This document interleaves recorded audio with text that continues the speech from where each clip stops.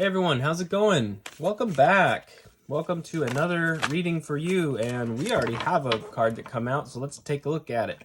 I didn't even waste your time.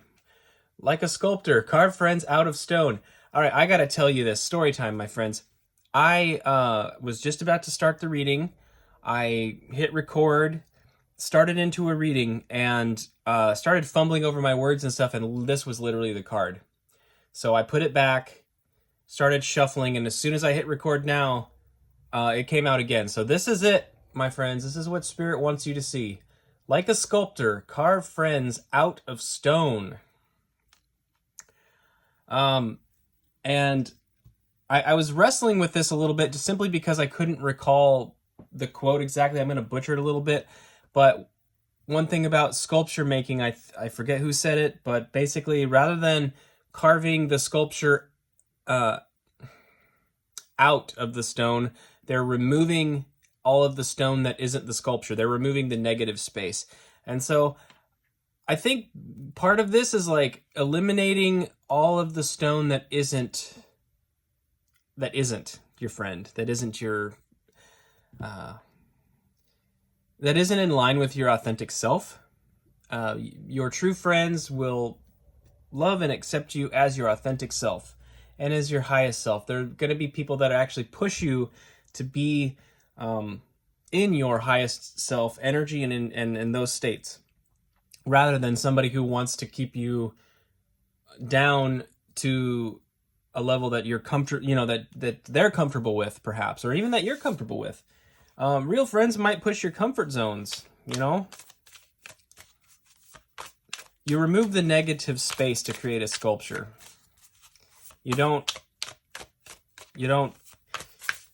chiseling away the rock to find what lies beneath.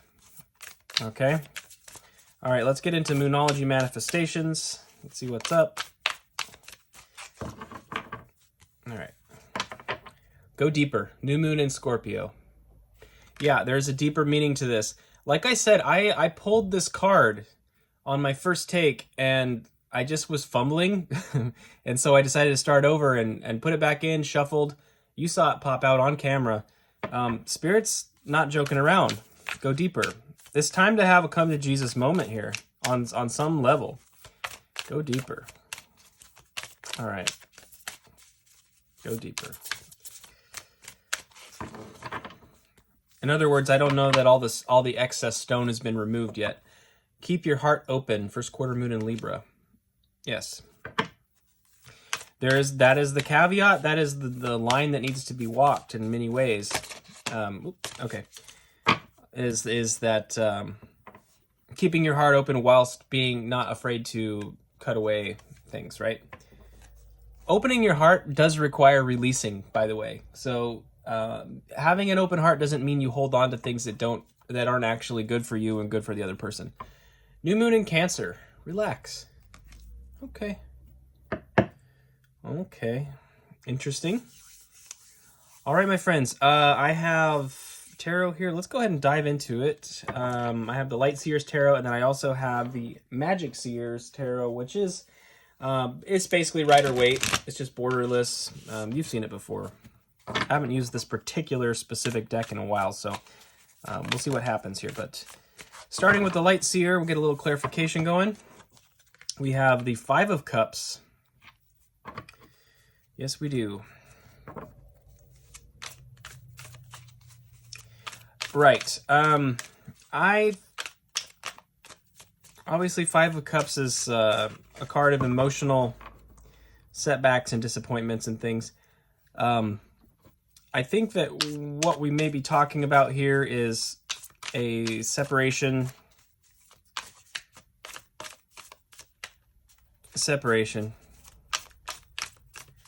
You're questioning the authenticity of the separation, though. It's like the thing that you feel like you're missing emotionally, whatever it is, the person. Was it a piece of negative space, like a piece of stone that needed to be removed from the sculpture? Or are you afraid I almost feel like you're afraid you dinged the sculpture, so to speak. It's like you maybe cut too deep with that chisel, right? You're like, oh no, I ruined the sculpture. Well, I mean, the cards are kind of saying, no, no, go deeper. Relax and go deeper. You need to surrender to trusting the process here.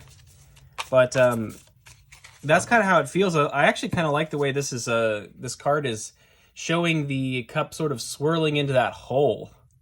You see how that one cup is tipped? The person has one full cup in their hand. It's sort of like their own emotional cup. The other cup has been spilt into that spiraling hole that's almost like a black hole going into the earth. And I guess, and then the other three cups are still in the soil. They're still in the rock. If you imagine this like a rock, it's like in order to get to these cups, you have to chip away at it, right? You have to carve it out of stone. And you're worried that it's like you're worried that you cut too deep on this one, like you chiseled away too much and ooh, it spilled. And Spirit is saying, no, no, no, you didn't chisel too deep. You haven't chiseled enough yet. Okay. Thank you for bearing with me there. Let's get into it. Keep your heart open. Tarot, what do we got going on? Spirit? Wow. Okay. We have the Seven of Wands that came out. Seven of Wands. The Seven of Wands is a card of standing your ground. And it's being represented in this way as a very peaceful thing. The rocks that are falling away from your sculpture are rocks that have fallen off because you're refusing to yield to them. You can keep your heart open within your authentic self and on your own terms. Okay? All of these wands down at the bottom, these 7 wands, these are the colors of the chakra system. And you can see in the center, in her solar plexus, she's got the yellow glowing there, that star. That is the inner knowing of your knowing your own sovereignty and having confidence in your free will. While all of these other ones are coming at you, the sacral desire, the root. That's kind of that's the closest thing to red. I don't know if that's meant to be red or not. I don't know what it looks like on camera either. But you've got all the representations here coming at you. And the way she's sort of enshrined in that globe of protection is really interesting to me. You could even argue that even though the wands look like they're coming at her in an attack sort of way, that perhaps in some aspects they are actually supporting the cushion that she's sitting on. But there's definitely an aspect of that where it may feel like you're being attacked right now in some way. All right, let's get this clarification for relax. New moon in Cancer. Okay. We have the Queen of Pentacles.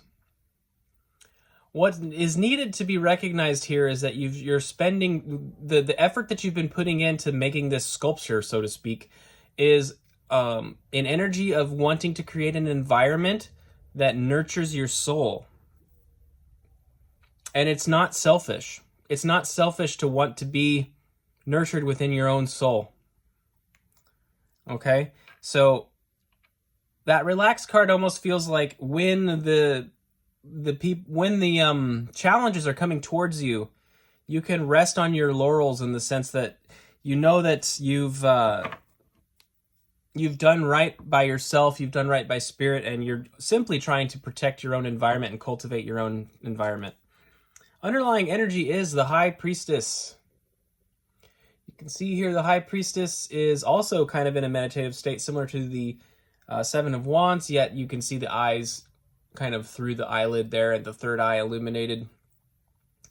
If this is your story and it's resonating, I think you know exactly what I'm talking about here, but you do have a knowing. You know which pieces of stone need to be removed to reveal the sculpture, and you don't need to be afraid of chiseling too much away, okay?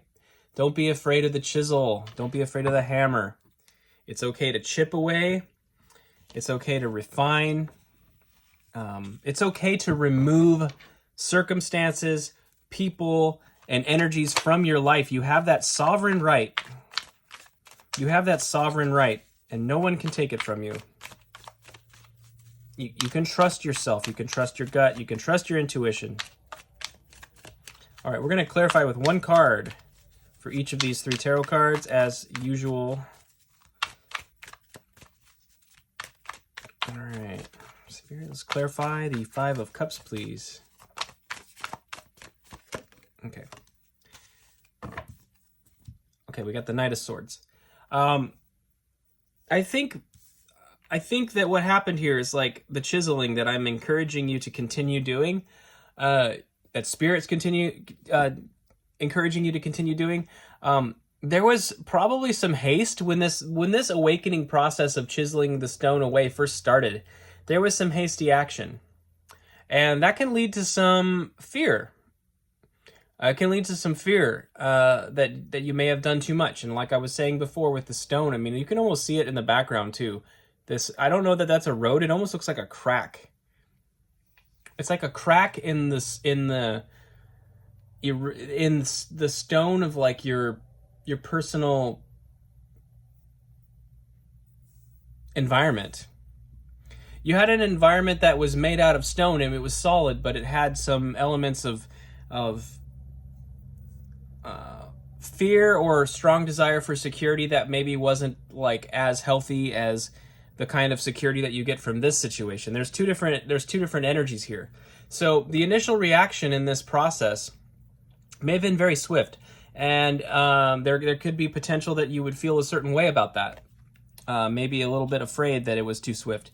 And you know, the cards are suggesting that yes, it was swift, but that doesn't mean that you've done wrong here. Okay, like I said, all of this has been leading up to a certain suggestion here that you were on the right track, and you really don't need to. You don't need to worry. Everything. One thing about it too is like the concept of removing the stone to reveal the sculpture almost implies the sculpture was already there. It's like the sculpture was already inside the stone, and you're simply taking the pieces away, right? And so that gives you a sense of like, I'm actually yielding to an authority as I chip away this stone, because I'm not the one who conceived of the sculpture. I'm the one who is simply following the lead of divine guidance to reveal the sculpture. So you can trust that process. Even if some of the energy initially that started this had a lot to do with your own will, it had a lot to do with your own, even your ego, if you stood up for yourself, perhaps.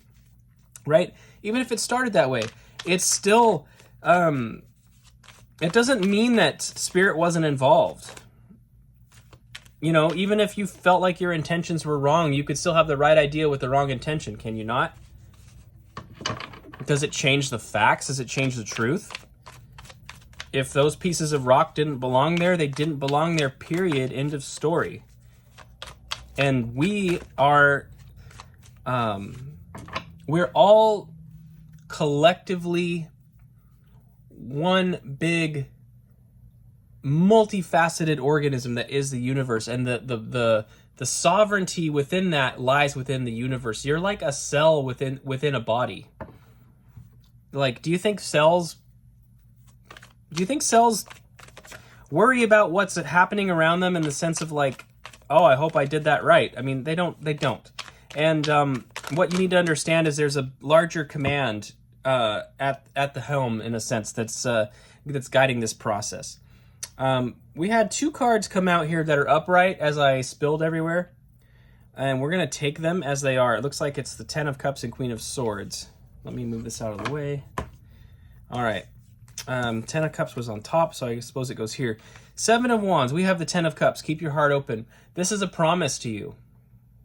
This is a promise and a reminder to trust the process. Your happiness is coming. The sculpture that's revealed is going to be the one that shows you this world.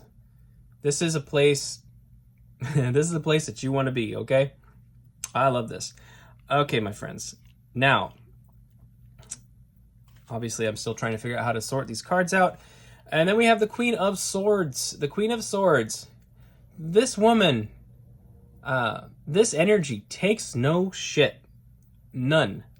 I like the way that it came out. We have the High Priestess here, which is a strongly intuitive character. The Queen of Swords knows too. She's got her own intuition, and when she sees something's out of balance, she will swing that sword and cut that shit off.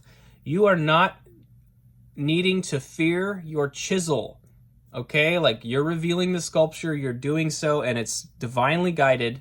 And the only thing I can think here is there is a caveat. She can be very emotional. Like I talked about at the beginning with the Knight of Swords, you know, you might have gotten a little bit zealous with cutting these things out, and you may be fearing that you've taken it too far. You haven't taken it too far, but there is a call here to use more precision. Perhaps sharpen your chisel. You know, I've never worked with stone. I don't know. But there's a call for a little more precision here as well, but also a reminder that you do know what's going on. You do have the right idea. If somebody doesn't belong in your life, they don't belong in your life. And you can trust spirit with that. You can trust spirit with that. Underlying the energy here is the Five of Pentacles, the worry that the FOMO, the fear of missing out. You're worried. You may be worried of what you're going to be doing to this other person by removing them from your life. But here's the thing about this card, my friends. If you associate this with another person instinctively, and you're worried that they're going to be left out in the cold, these two individuals are right outside of the church. They're right outside of the sanctuary here. That's what the stained glass is about. All they need to do in order to move forward is to be willing to go inside. All they have to do is go inside. And, you know, obviously traditionally the church is a place where, you know, they would be charitable, maybe have food or a clothing drive or something like that, right? So you may be worried about cutting this person off, that they're going to somehow be out in the cold, but the truth of the matter is they're not. I would venture to say that these two people probably know they can go inside this church and receive what they need to receive. And I would be willing to bet that before that chisel even comes down to that piece of stone and that individual or that energy is cut out of your life, that they've already got their next mark. They already know where they're going. You do not need to worry about their welfare, because this is the image that they put forward towards you. And those of you who have been on the channel a long time, you know me, and you know I don't read like that. I don't do the gossip drama, oh, this motherfucker crossed you kind of reading, because that's not the kind of tarot reader I am. Yet I find myself hitting a point of anger here as I'm reading this, because somebody has absolutely treated you like dog shit. And that is unacceptable. And to make you feel guilty for trying to do divine work and reveal the beauty in this universe, those sculptures that lie inside that stone, that is a slow revelation of the divine. The sculpture that is inside that stone is literally of divine origin. It was put there by God. And how dare they try to stop you from doing that? Like, who are they? And spoiler alert, now that I'm calming down, they're the divine. They are. They're part of it. They're a facet of the divine, just like you are.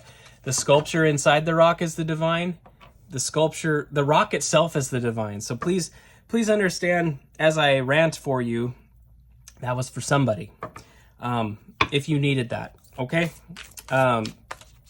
But to pan out and get a little more mature here for a moment, because I don't want you to be bound by that kind of energy, right? The negative, the angry energy. You don't need that. I don't need that. So we release it now. One thing you need to understand about this is there's somewhere the people, the pieces of stone, the fragments, the other facets of the divine that don't actually belong in your life have a place to go. Think of it like each piece of stone is like a puzzle piece. And if it's in the wrong place, it just doesn't fit, right? It just simply doesn't fit. It needs to be moved and put somewhere else. That's all it is. Everybody has a place. Everybody has a place to fit. Everybody has a contribution to a sculpture, okay? So don't either way, if it's worry for the person's well-being or it's anger, whatever it may be, just you need to not get bound, okay? Don't worry about it. I can promise you that. The divine is in control. Okay, how many cards is this? Oh, wouldn't you know it, it's 3 cards. Okay, this is Work Your Light Oracle. I usually pull 3 cards, and here they are. I don't know what they are yet. Let's take a look. Okay, we have play, have fun, celebrate, don't be so serious. I love seeing that here.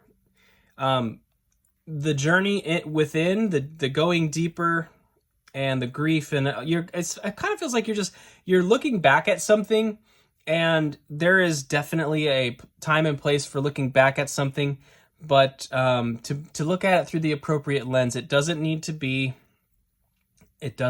so heavy. Our healing journey is going to take a lifetime. You don't need to rush through it. You don't need to try to grind through it. When you're done healing, that's the day that you breathe your last breath in this body. Okay, it's not a sprint. It's a marathon. So don't forget to have some fun. Enjoy yourself. This being kind of spiritual woman lady in there is basically swimming around in a glass of libation. It would appear. I don't know. Oh, and I wish I could remember the name of these cups.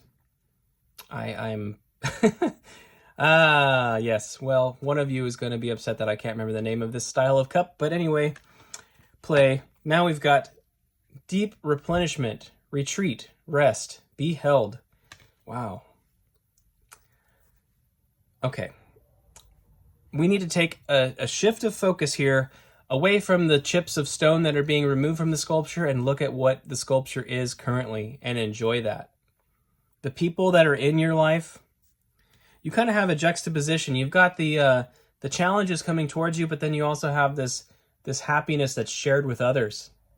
And it's like, I think it's asking you to enjoy what others are bringing to the table and allow them the opportunity to nourish you, to bring you that cup of refreshment.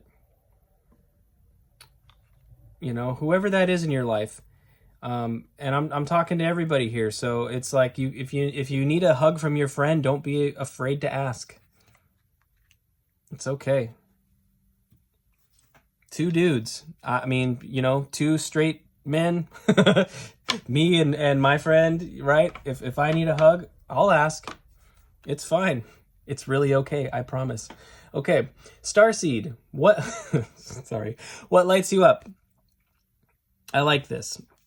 There's a constant call to relax and trust the process here as you're chipping away at this, and be reminded that it is a marathon. It's not a sprint. To use a little more precision, but also to shift your energy a bit towards what lights you up. And I think, in a sense, like one of the things that's lighting you up in this case is